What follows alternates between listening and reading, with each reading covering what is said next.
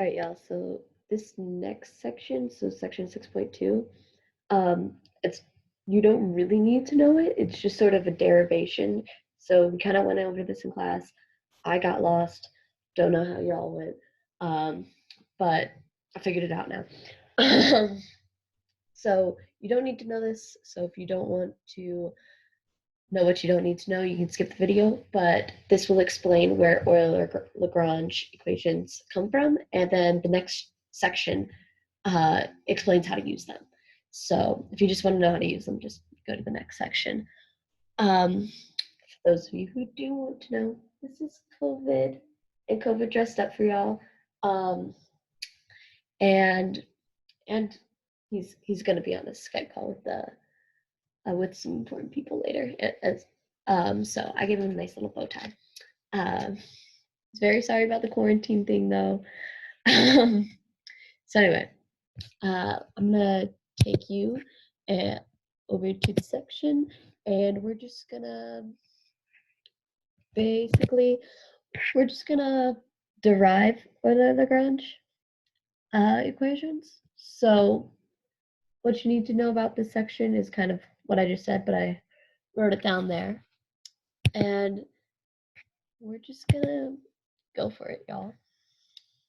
So I'm gonna write the important equations. I'm gonna write in red, just so you all know what to look out a bit more for. And I said there that they were the beginning and end equations, and that's just so you can identify what an Euler-Lagrange is and where it comes from. So I'm going to start with that first equation. So this one's important. And basically what that says is that the function s is going to be equal to, from the integral of from x1 to x2. Hey, sometimes OneNote likes to fight me. I'm trying to make a circle. There we go. There's my 2. All right. Of this arbitrary function f, that is a function of an arbitrary function y, which has a derivative of y prime, but we know that this arbitrary function of y relies on x, and so we're just gonna integrate by dx. So yeah, that's what we're doing. We're working all with lies. So this entire derivation, it looks like a bluff, and it's mostly a bluff, and then everything works out for us okay in the end. So what we're doing is I'm defining my function y as any function that just gets from point 1, so x1, to point 2, so x2. So it could do any weird thing that it wants to do, but as long as it gets to those 2 points, I'm perfectly okay with it being considered part of my function. And that being the definition means that whatever my minimum y is will be the shortest path. So that's why we pick an arbitrary y, is because we don't want to have an exact one. That way we can know which one is exact. So if you're following along, yeah, it's a very, very big bluff. So what we're gonna do, what we're gonna do to kind of solve that is we're gonna take our arbitrary function and we're gonna add another arbitrary function to it. So yeah, we're just gonna draw that out. This is kind of like what we did in class. So here's my point 1 someday, and then here's my point 2 someday. And I get a cute little squiggle between them that we're going to pretend is the shortest path. And then the next thing that I'm going to do is I'm going to add an arbitrary function to it. So I'm going to do some weird stuff right here and just take the worst path possible. Not the worst path possible, but a pretty gosh darn bad one. While it's still like where it doesn't loop back around itself. So that's my one thing that I don't want y to do, is I don't want it to loop back around itself, but it won't. And I won't care about the ones that do, because it's fake. All right. So how I'm going to define the green stuff is I'm going to call it y of x, so a capital Y of x.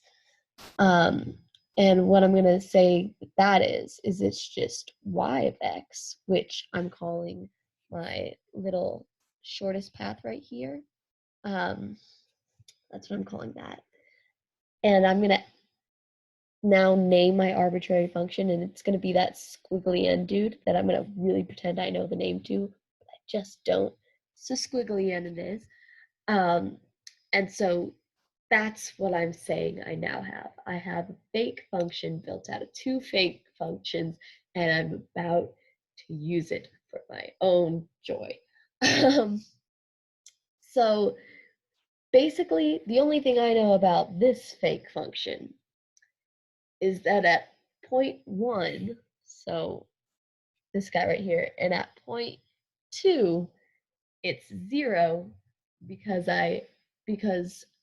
y of x has to reach, or so capital Y of x has to be at those 2 points. That's literally the only thing that I wanted it to do. So we're gonna just sort of write that down. So that's squiggly n of x1 equals squiggly n of x2, and they equal 0. And that is all I could tell you about my fake function, is that it might be fake, but it makes ends meet. So we're just gonna go on from that. Let's see. Oh, okay. So I do have one more thing that I'm gonna pull out of my noggin about my function, is that this y, capital Y of x, is gonna be bigger than y of x. That's what I've got so far. And for that matter, if I wanted to just make my n of x a more constant function, so whatever function it is, it's set in stone. What I'm then gonna do is I'm gonna multiply it by a new variable that can change. So I'm gonna multiply my fake function within a fake function added to a fake function. I'm gonna multiply that by a fake. Well, it's not really fake, it's arbitrary, but I'm gonna multiply it by that arbitrary constant. And what I end up getting there is a rewrite. So now my x of y is going to be two set in stone functions. So now whatever functions they are, I can at least say they won't change on you. But this guy right here, alpha, that one can change on you. So that is what I now want. And I'm going to further say that when I plug that in, if I get out the shortest path, so if I scroll back up to here, if I get out the shortest path, then S will, that'll be S's minimum, which will mean that alpha's at 0. So wherever alpha's at 0, we'll give out the function that makes S minimum. So I'm just gonna kind of write that down here so you don't have to hear it in words, but you can see it. So at S of alpha, you will have the minimum, and alpha will be equal to 0. So those are what I know about what I've basically made up. Well, textbook made it up for me, I'm not gonna lie to y'all. So what I'm then going to do is I'm going to get smart about it. And if hey, bad computer. Okay. If I go back up to this, I'm going to rewrite my important function right here. And I'm going to write it at s of alpha. So I'm going to write it at its minimum already. And remember, alpha is going to be 0 at that point. So when I do that, I bring it down here, I'm going to get the s of alpha equals the integral of x1, x2 to x2 of the function. I'm going to use the big Y now. So of y and y prime and x dx. Okay? And then I'm going to know from my definition of capital Y or big Y that what that's really saying is that y, so little y, plus alpha squiggly n, and then a y prime plus alpha squiggly n prime, and x are going to be my components of that function. So that's what's going to be written down there. Now, keep in mind, weird things are happening here. Just really weird things. So what I'm going to do is I'm going to differentiate each side of this right here. But I'm going to do some weird stuff really fast. So basically, it makes a little bit more sense seeing it written down. So I'm going to write it down for y'all, and then you can see sort of what happens. So my derivative of the function f, which I'm going to write it down just like I did right there, where f is a function of y plus alpha times n, or not, yeah, plus y prime plus alpha times n prime x. I'm going to differentiate all that,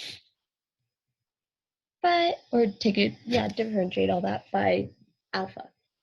So I'm going to take its derivative of alpha.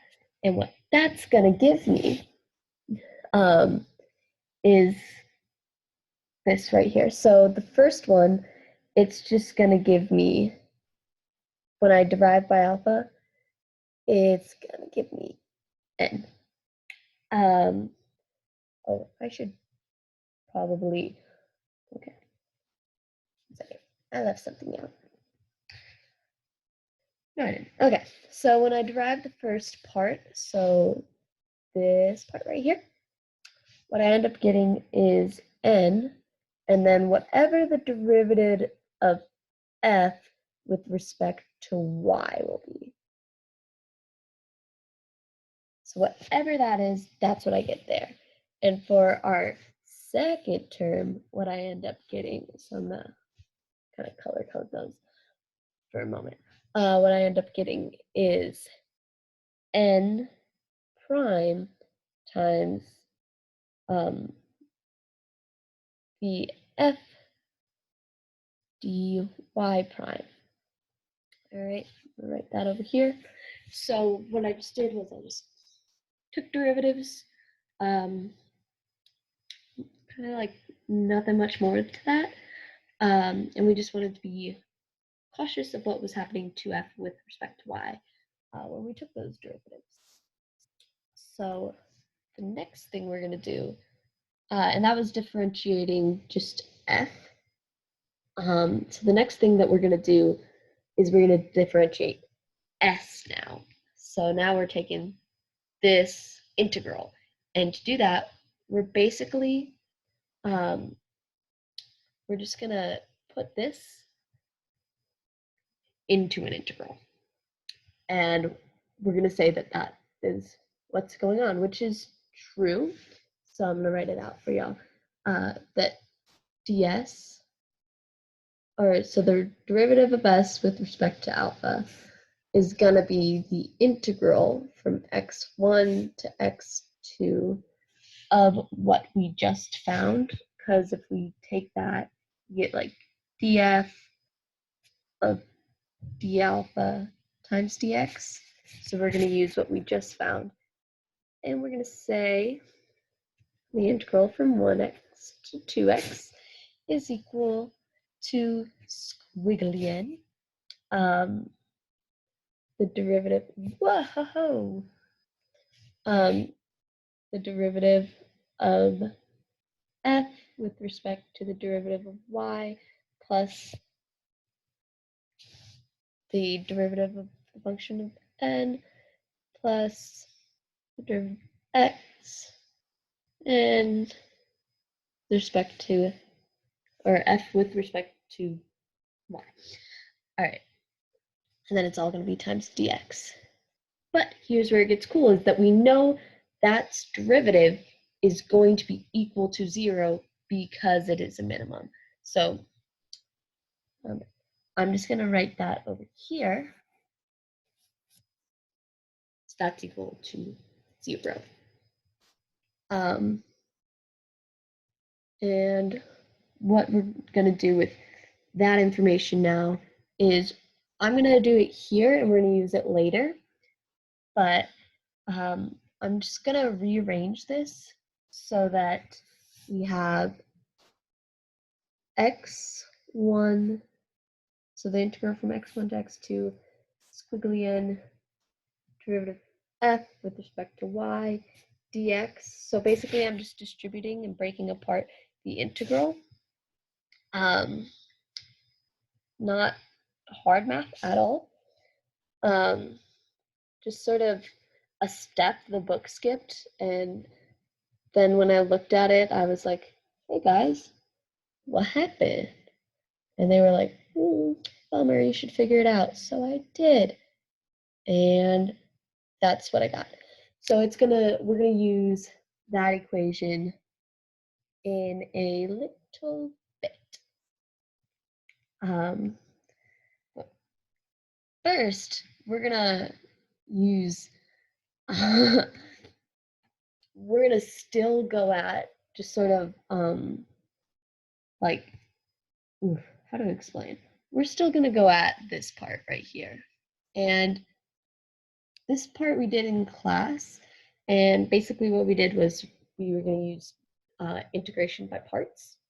And so what that ends up producing for us, so we're going to write it down. Okay, so x1 to x2, it's integral of df dy prime of n squiggly n prime dx will equal squiggly n df dy prime evaluated from x1 to x2 minus this integral right here. And I'm going to try and squeeze in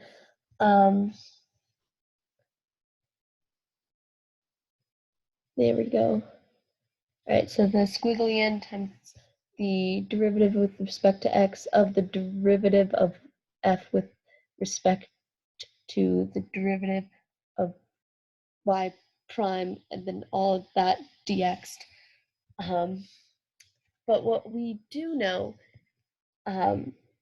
is that since our squiggly n function at the endpoints is going to be 0, that this bad boy right here goes to 0. So I don't care about him.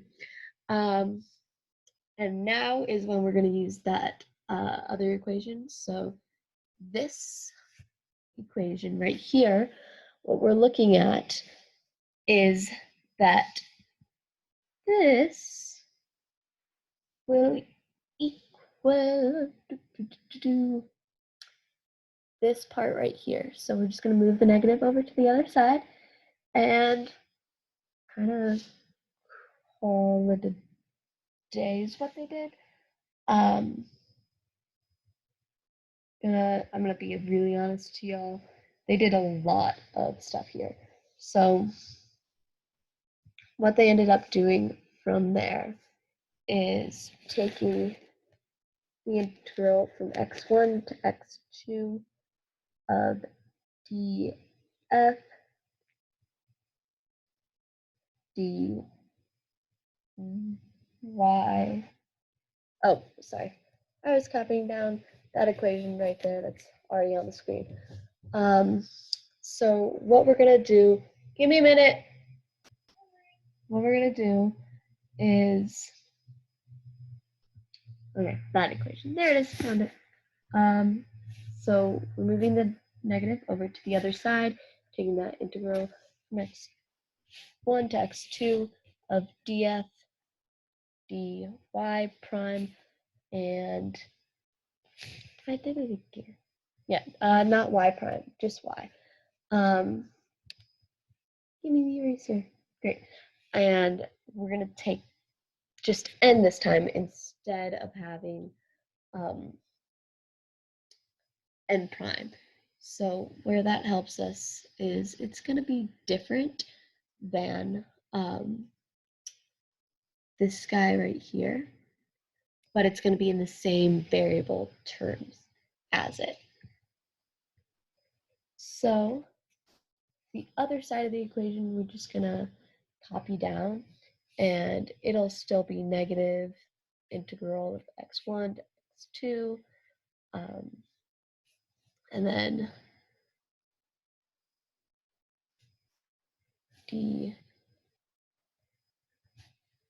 dx of df, if it will copy down, dy prime, and multiply it by our imaginary little function there, and we're still going to keep that dx in it. So now what we can do is we're going to divide by this negative, first of all, but we're also going to realize that we made our function of squiggly n a constant function. Or we did some weird stuff to n. Yeah, so what we're going to do is we're going to combine these two integrals, making them equal to 0, and then we're going to factor out this squiggly n of each function. And the way that that is going to look is going to be this. So it's going to be 0 equals the integral from x1 to x2 of this squiggly n times, I don't know why I put a parenthesis there, but we're going to roll with it. df dy minus, oh no, minus this, the derivative with respect to x of df dy prime dx. And so basically what's important out of that is going to be just this right here. So this is the golden sweet spot. And that is the Lagrange equation. So the Euler-Lagrange equation, that's what that is. So I'm just going to copy that down for everybody, just so it's clear. And that's basically how we get it. So we are able to just fully ignore n at that point because it factored out, and we know that we made up n and it's arbitrary, and we've set it to have conditions. So we, in our mental minds, we were like, this n will work. And so it works for any n of x, and we don't care what n of x is at that point. We're just like, yep, we made that up just to toss it like yesterday's trash. So it's gone. We don't care about it. And then we just really care about what's inside the integral. So that's why that happens there. You'll also see that it's going to be equal to 0, what's inside the integral of 0 is 0. Just nifty trick. And then I'm going to set all the, I'm just not going to have a 0 floating around because it looks ugly, and that's not how the book will present it for the rest of the chapter. So that's Euler-Lagrange's equation right there, and that's really what this entire section was trying to get at, and it doesn't tell you how to work it. That is the next section. So that, let me pull that. That's all for section 6.2.